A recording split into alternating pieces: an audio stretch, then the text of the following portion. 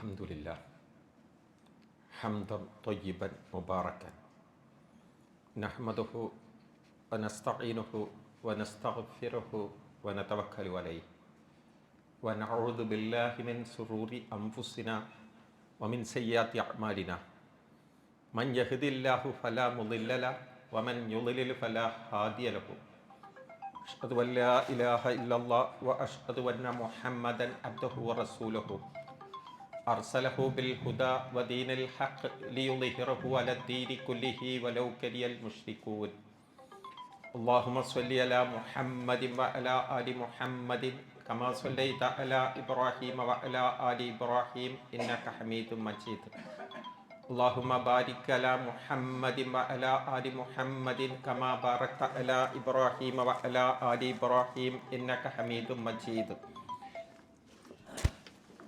أما بعد فإن خير الحديث كتاب الله فإن خير الحديث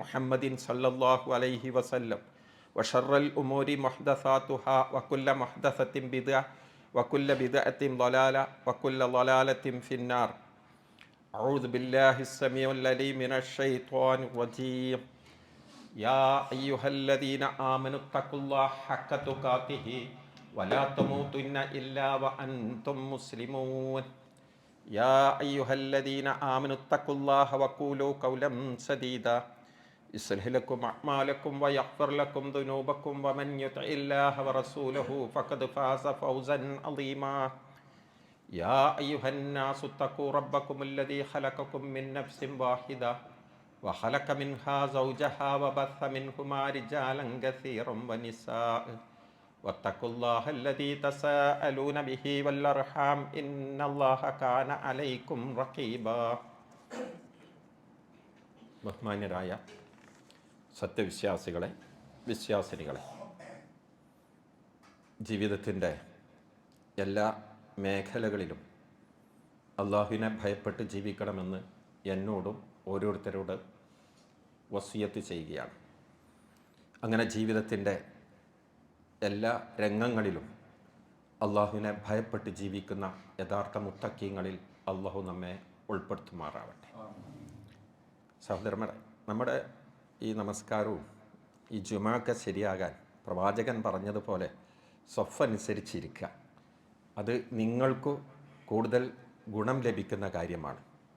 പ്രവാചകൻ്റെ കൽപ്പനയാണ് ആദ്യം വരുന്ന ആളുകൾ ആദ്യത്തെ സ്വഫിൽ ഇരിക്കുക എന്നുള്ളത്. സുഖമില്ലാത്ത ആളുകൾക്ക് ചാരിയിരിക്കാം, ബാക്കിയുള്ള ആളുകൾ സ്വഫിലേക്ക് പൂർത്തീകരിച്ചിരിക്കണമെന്ന് ഉണർത്തുകയാണ്.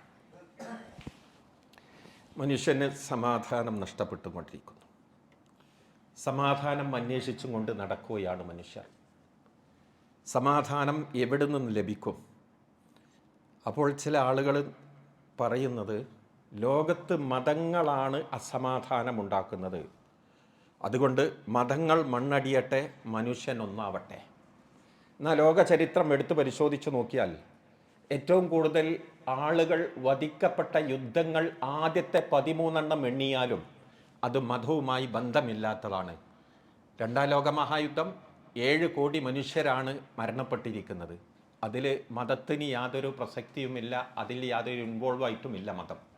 അപ്പോൾ മതങ്ങളില്ലാതെയായാൽ ഇവിടുത്തെ സമാധാനക്കേട് ഉണ്ടാകുമെന്ന് പറയുന്ന നാസ്തികരും നവനാസ്തികരും, 4 കുതിരക്കാരെന്നറിയപ്പെടുന്ന നവനാസ്തികർ 2001 വേൾഡ് ട്രേഡ് സെൻറ്ററിന് ശേഷം ഉത്ഭവിച്ചിരിക്കുന്ന നവനാസ്തികത മതങ്ങളാണ്. മതങ്ങളിൽ നിന്ന് യാതൊരു നന്മയും ഇതുവരെ ഉണ്ടായിട്ടില്ല. ഒരു മതവും നന്മയും പഠിപ്പിക്കുന്നില്ല. അതുകൊണ്ട് എല്ലാ മതങ്ങളും തുലയട്ടെ എന്നാണ് അവരുടെ കാഴ്ചപ്പാട്. ഇനി രണ്ടാമതൊരു വിഭാഗം മനസ്സിന് സമാധാനം നൽകുന്നത് മതത്തിൻ്റെ ആത്മീയ ചട്ട അണിഞ്ഞിരിക്കുന്ന ചില ആത്മീയ വ്യവസായികളാണ്.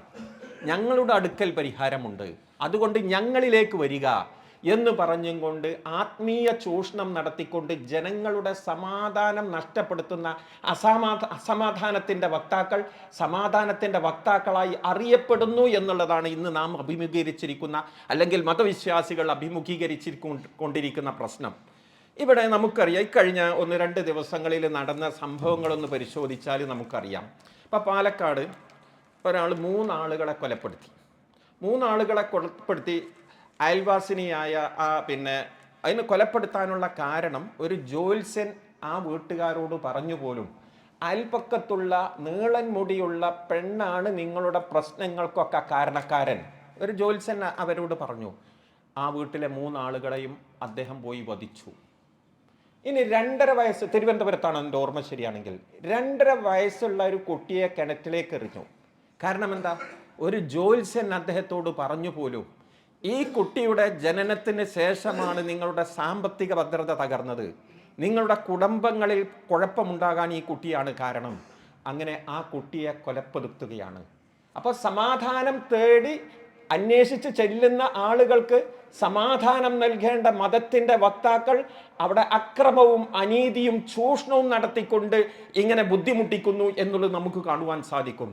ഇങ്ങനെ ജ്യോതിഷത്തിൻ്റെ പേരിൽ, അതുപോലെ തന്നെ ധ്യാന കേന്ദ്രങ്ങളിൽ നടക്കുന്ന വൃത്തികേടുകൾ, അതുപോലെ തന്നെ പണ്ടൊരു മുടിയുടെ ഷേറെ മുബാറക്ക് എന്ന് പറഞ്ഞ് മുടിയുടെ പേരിൽ നടത്തിയിരിക്കുന്ന ചൂഷണങ്ങൾ, ഇന്ന് മാന്ത്രിക കല്ലുകൾ, അതുപോലെ തന്നെ ഐക്കല്ലുകൾ, ഏലസുകൾ, ഇതുപോലത്തെ ഒരുപാട് ആത്മീയ തട്ടിപ്പുകൾ നടത്തിക്കൊണ്ടിരിക്കുന്നു. ഇവർ പറയുന്നു, ഞങ്ങളുടെ അടുക്കൽ നിങ്ങളുടെ പ്രശ്നങ്ങൾക്ക് പരിഹാരമുണ്ട്, അതുകൊണ്ട് ഇങ്ങോട്ട് വരിക.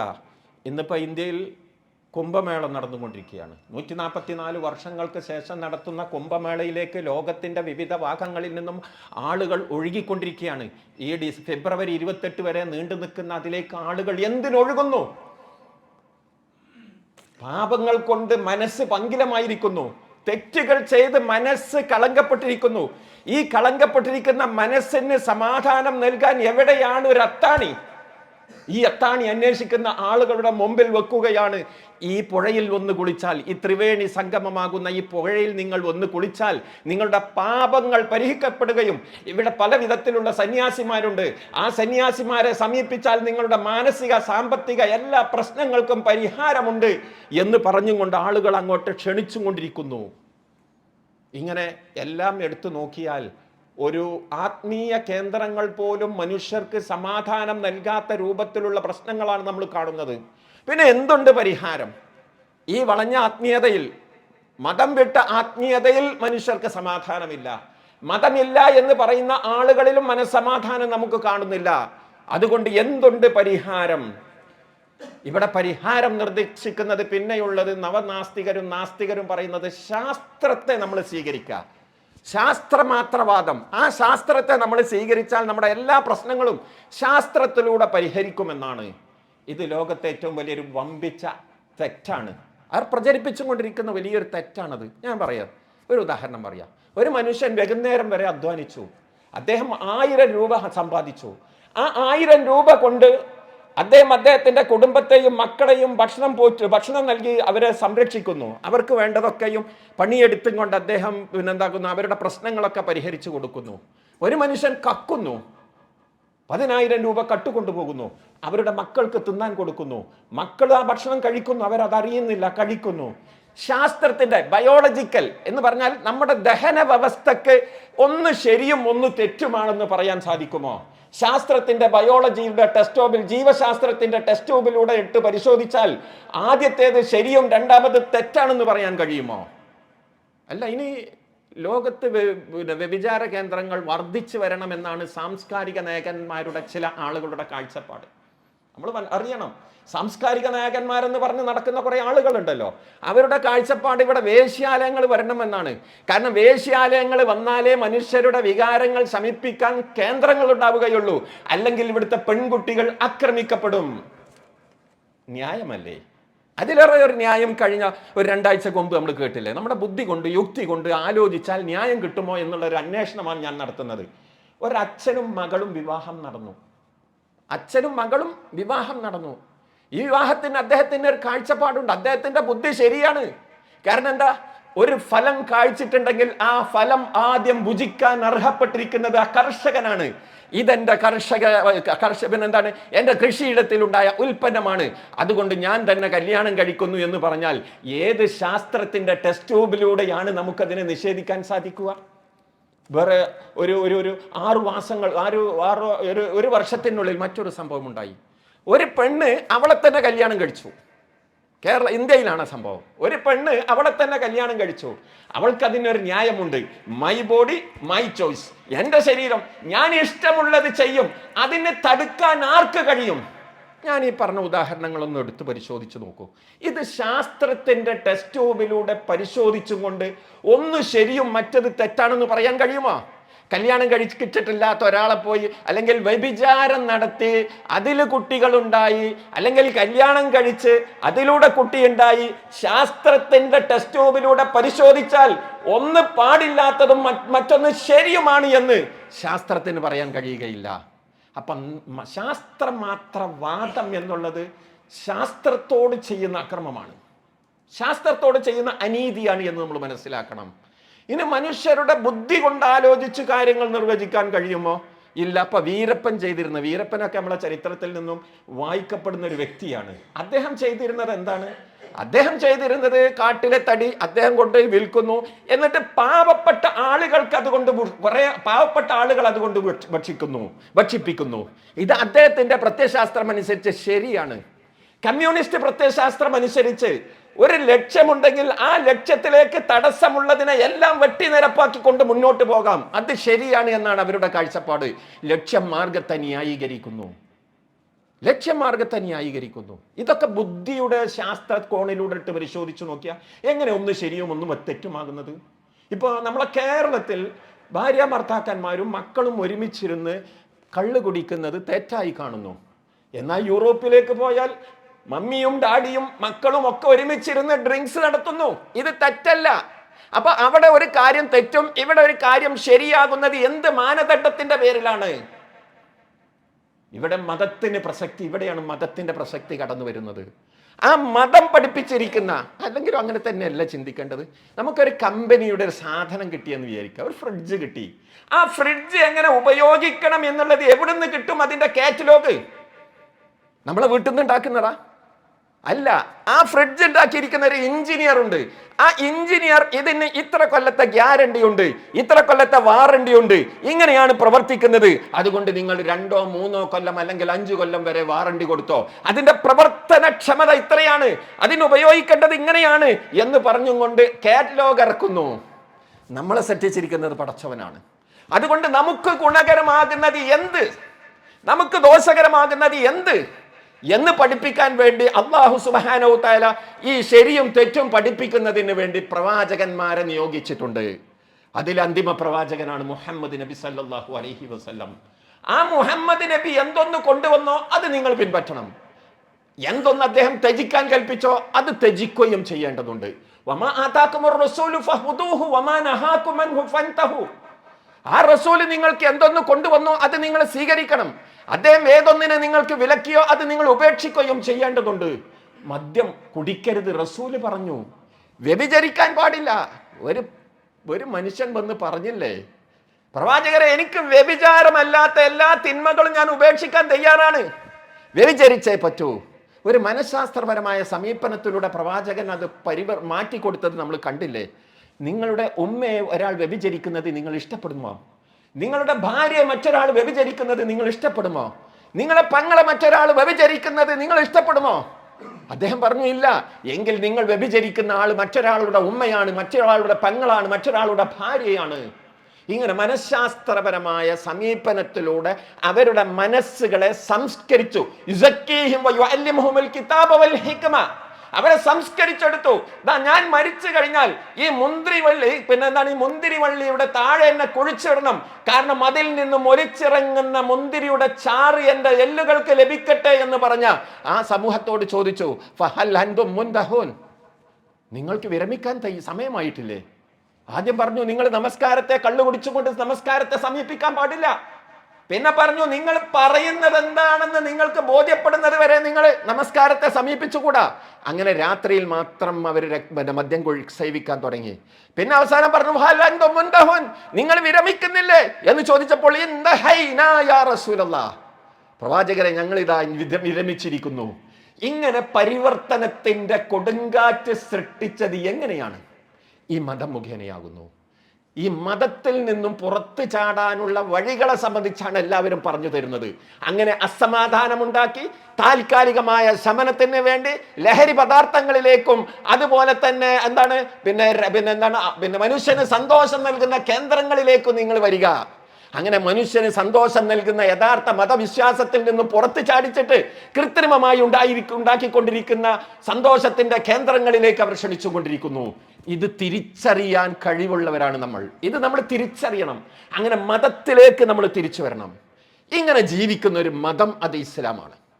മറ്റുള്ള മതങ്ങളിലൊക്കെ കൈകടത്തലുകൾ നടത്തുകയോ അതിനെ വികൃതമാക്കുകയോ ചെയ്തിട്ടുണ്ട്. അതുകൊണ്ട് ഒരു ജീവിച്ചിരിക്കുന്ന ഹെവിയായ, അതായത് ജീവിച്ചുകൊണ്ടിരിക്കുന്ന സജീവമായി കൊണ്ടിരിക്കുന്ന മതം എന്ന് പറയുന്നത് ഇസ്ലാമാണ്. അതുകൊണ്ട് നമ്മളോട് പറയുന്നു, ആ ഇസ്ലാമിനെ നിങ്ങൾ പിൻപറ്റണം. ഇന്ന ദീന ഇൻദല്ലാഹിൽ ഇസ്ലാം, അള്ളാഹുവിന്റെ അടുക്കൽ സ്വീകാര്യമായ യോഗ്യമായ മതം ഇസ്ലാമാകുന്നു. വമൻ യബ്തഗി ഗൈറൽ ഇസ്ലാമി ദീനൻ, ആരെങ്കിലും ഇസ്ലാം അല്ലാത്ത ഒരു മതത്തെ സ്വീകരിക്കുകയാണെങ്കിൽ ഫലൻ യുഖ്ബലു മിൻഹു വഹുവ ഫിൽ ആഖിറതി മിനൽ ഖാസിരീൻ, അവനിൽ നിന്നും അള്ളാഹു അത് സ്വീകരിക്കുകയില്ല, പരലോകത്ത് അവൻ നഷ്ടകാരികളിൽ പെട്ടവനാകുന്നു എന്നാണ് അള്ളാഹു സുബ്ഹാനഹു വ തആല നമ്മളോട് പറഞ്ഞുകൊണ്ടിരിക്കുന്നത്. അതുകൊണ്ട് ആ മതത്തിലേക്ക് മടങ്ങുക എന്നുള്ളതാകുന്നു യാഥാർത്ഥ്യം.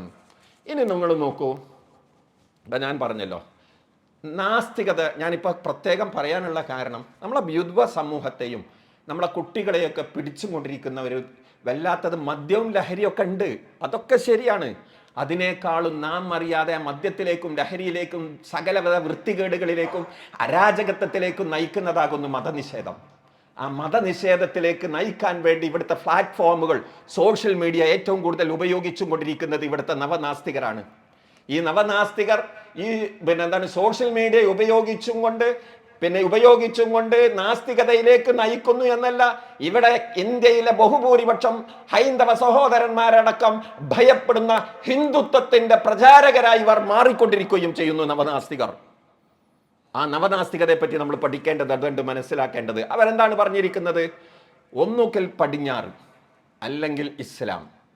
അതാണ് അവരുടെ കാഴ്ചപ്പാട്.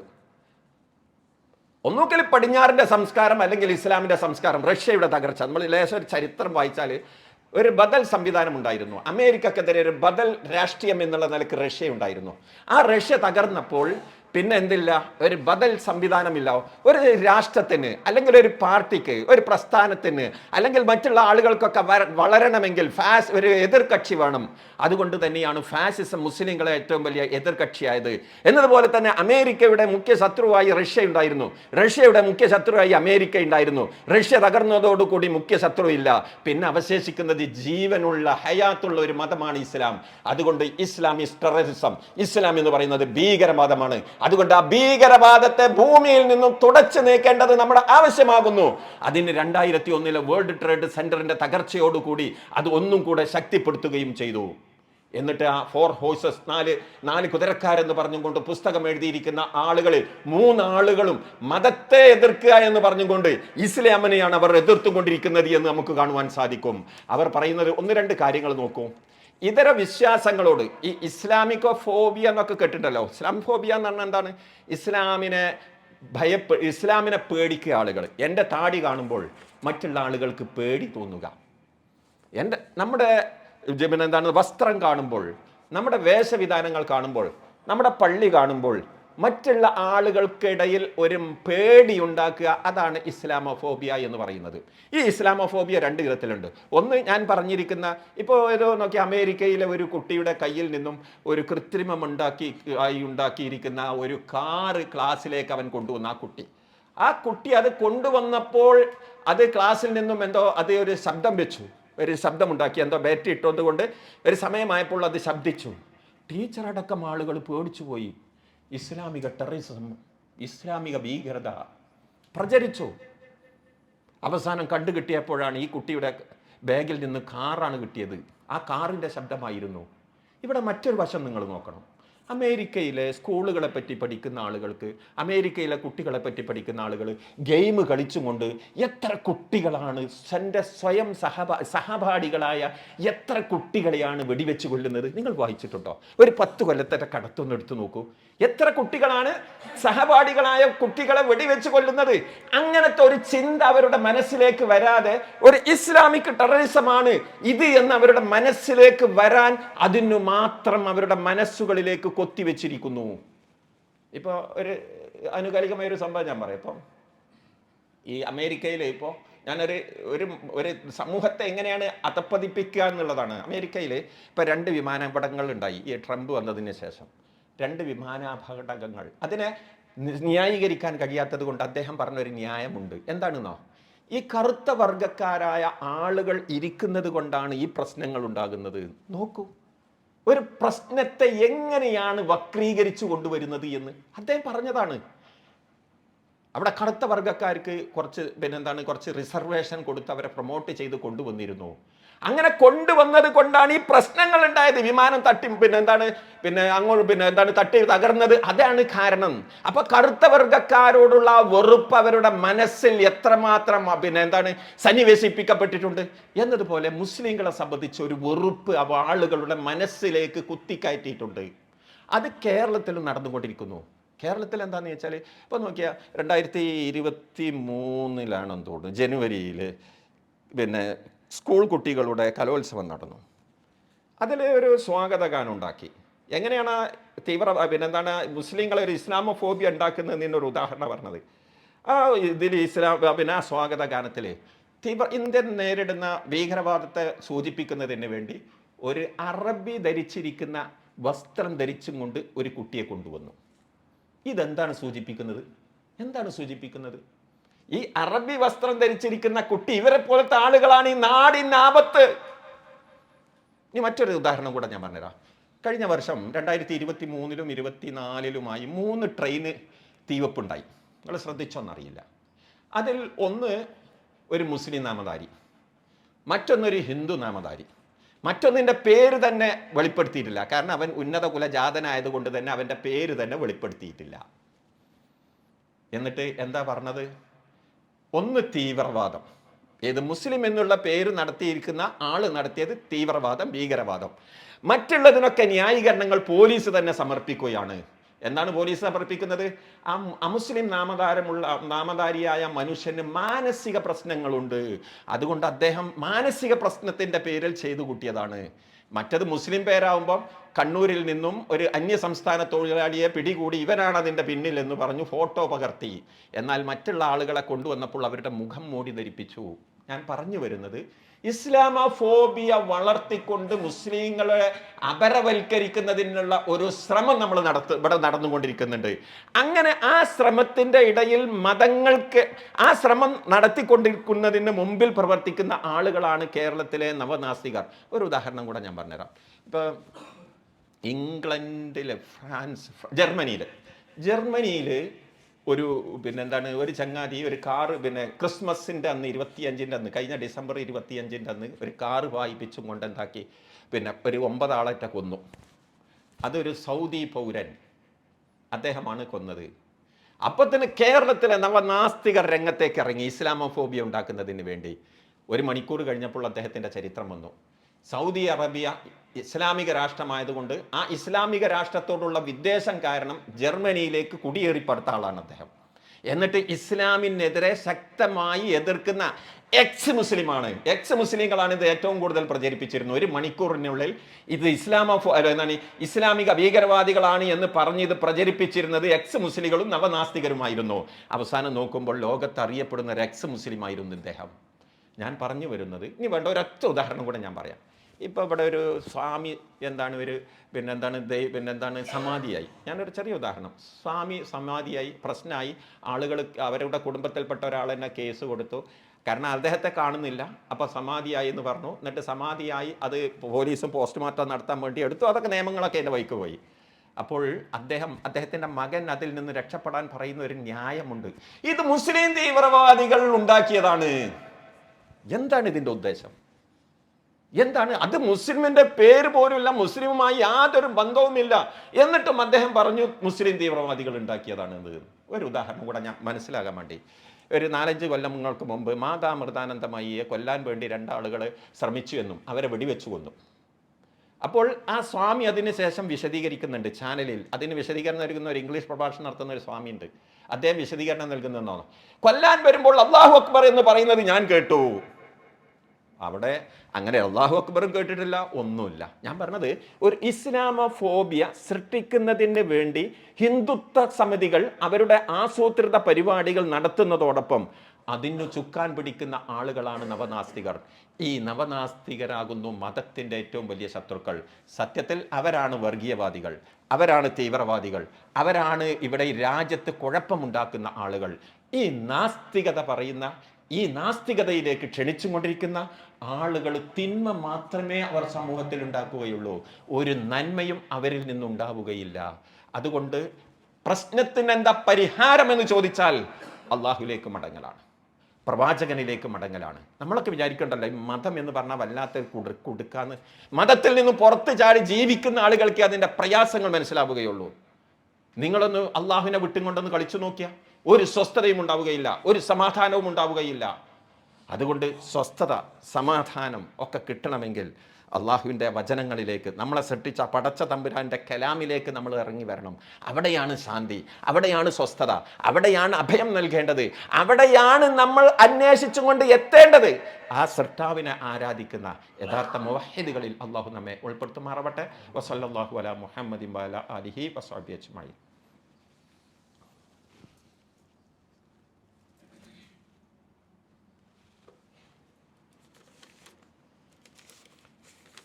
അൽഹംദുലില്ലാ വസ്സലാത്തു വസ്സലാമു അലാ റസൂലില്ലാ വഅലാ ആലിഹി വസഹ്ബിഹി അജ്മഈൻ. അമ്മാ ബഅദ്. ഒരിക്കൽ കൂടെ അള്ളാഹുവിൻ്റെ വിധിവിലക്കളനുസരിച്ച് ജീവിക്കണമെന്ന് ഉണർത്തുകയാണ്. ഒരുപാട് പ്രശ്നങ്ങളുണ്ടാകും മനുഷ്യന്. മനുഷ്യനായാൽ പ്രശ്നമുണ്ടാകും. പ്രശ്നമുണ്ടാക്കാനാണ് മനുഷ്യനെ ഇങ്ങോട്ട് ഉണ്ടാക്കിയിട്ടുള്ളത്. അല്ലെങ്കിൽ മലക്കുകളാക്കുമായിരുന്നു നമ്മളെ. നമുക്ക് പ്രശ്നങ്ങൾ നേരിടുന്നുണ്ടോ, ആ പ്രശ്നത്തെ അവൻ എങ്ങനെ സമീപിക്കുന്നു എന്ന് പരീക്ഷിക്കുന്നതിന് വേണ്ടിയിട്ടാണ്.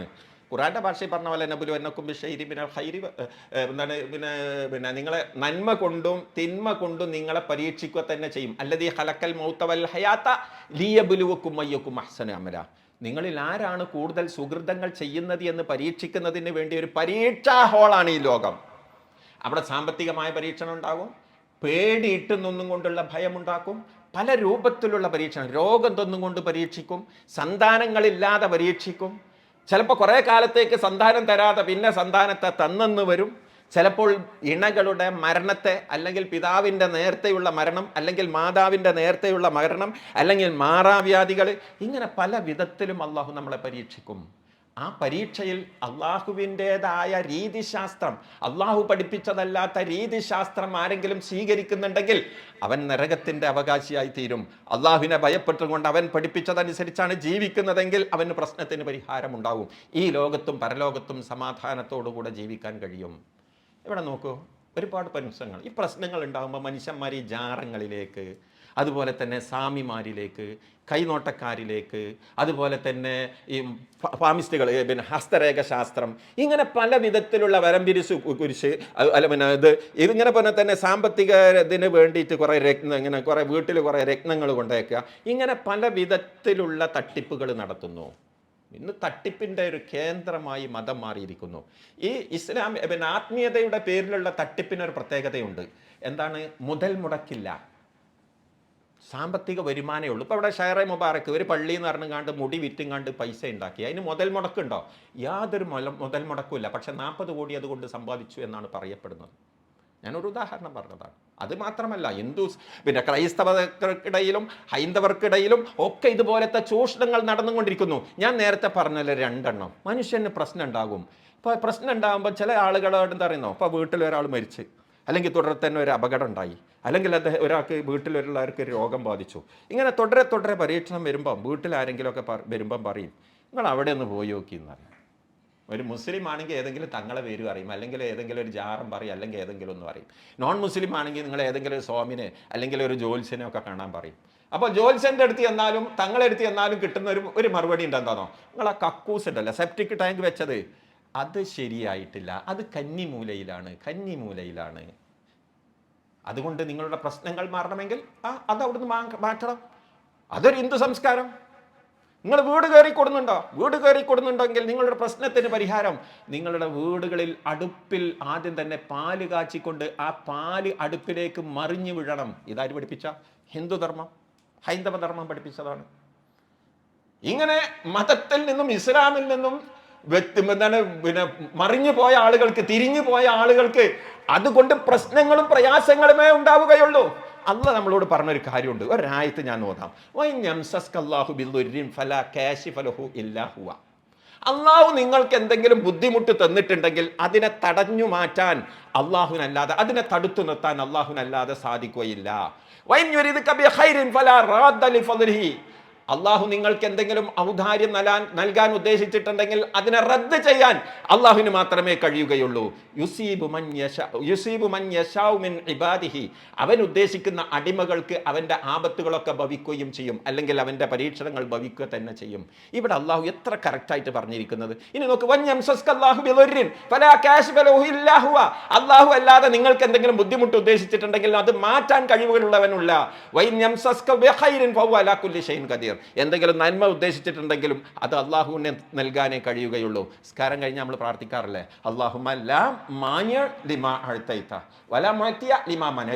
അള്ളാഹുവേ നീ നൽകിയതിനെ തടഞ്ഞു വെക്കുന്ന ആരുമില്ല, നീ തടഞ്ഞു വെച്ചതിനെ നൽകാൻ കഴിവുള്ള ഒരാളുമില്ല.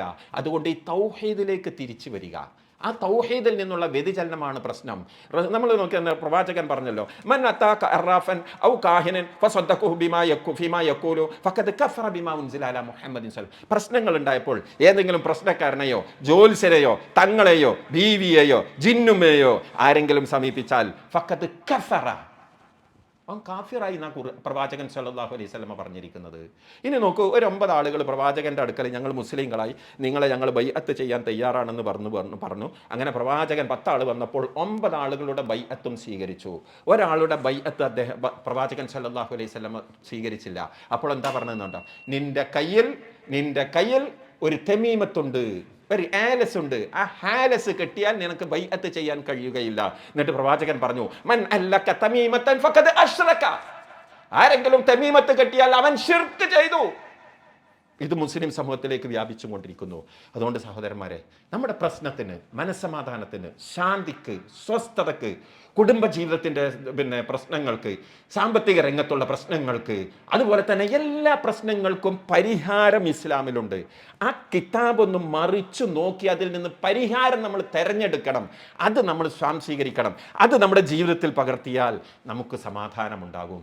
ആ വിശുദ്ധ ഖുർആൻ അവതരിച്ച മാസത്തിലേക്കാണ് നാം അടുത്തുകൊണ്ടിരിക്കുന്നത്. അതിന് ആ മാസത്തിന് വേണ്ടി ഒരുങ്ങുക, പ്രാർത്ഥിക്കുക. അല്ലാഹു സുബ്ഹാനഹു തആല നമ്മളെ ഏവരെയും അവൻ്റെ ജന്നാത്തുൽ ഫിർദൗസിൽ ഒരുമിച്ച് കൂട്ടുമാറാവട്ടെ. അറിഞ്ഞും അറിയാതെയും വന്നു പോയിരിക്കുന്ന എല്ലാ പാപങ്ങളും അവൻ നമുക്ക് പുറത്തു മാപ്പാക്കി തരുമാറാവട്ടെ.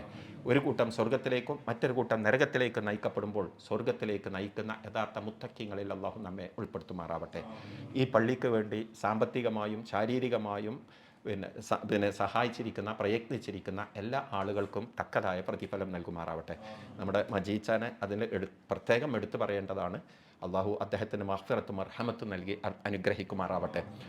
നമ്മളിൽ നിന്ന് രോഗം കൊണ്ടും മറ്റും പ്രയാസപ്പെടുന്ന ആളുകൾക്ക് അള്ളാഹു രോഗവും മറ്റു സാമ്പത്തിക പ്രയാസങ്ങൾ, എല്ലാ പ്രശ്നങ്ങളും അള്ളാഹു പരിഹരിച്ചു കൊടുക്കുമാറാവട്ടെ. നമ്മുടെ ഇണകളോടൊപ്പം, നമ്മുടെ സന്താനങ്ങളോടൊപ്പം അവൻ്റെ ജന്നാത്തുൽ ഫിർദൗസിൽ അവൻ നമ്മെ ഒരുമിച്ച് കൂട്ടുമാറാവട്ടെ. അള്ളാഹു സുബ്ഹാനഹു തആല ഈ റമളാനിൽ ആരോഗ്യത്തോടു കൂടെ നോമ്പനുഷ്ഠിക്കാനുള്ള തൗഫീക്ക് നമുക്ക് എല്ലാവർക്കും പ്രദാനം ചെയ്യുമാറാവട്ടെ. ബാബു റയ്യാനിലൂടെ അവൻ നമ്മെ പ്രവേശിപ്പിക്കുമാറാവട്ടെ. അല്ലാഹുമ്മ ഗ്ഫിർ ലിൽ മുഅ്മിനീന വൽ മുഅ്മിനാത്ത് വൽ മുസ്ലിമീന വൽ മുസ്ലിമാത്ത് റബ്ബനാ ആതിനാ ഫിദ് ദുനിയ ഹസന വഫിൽ ആഖിറതി ഹസനത വഖിനാ അദാബന്നാർ. ആമീൻ ആമീൻ ബിറഹ്മതിക യാ അർഹമർ റഹീമീൻ. വസല്ലല്ലാഹു അലാ മുഹമ്മദിൻ വഅലാ ആലിഹി വസഹ്ബിഹി അജ്മഈൻ.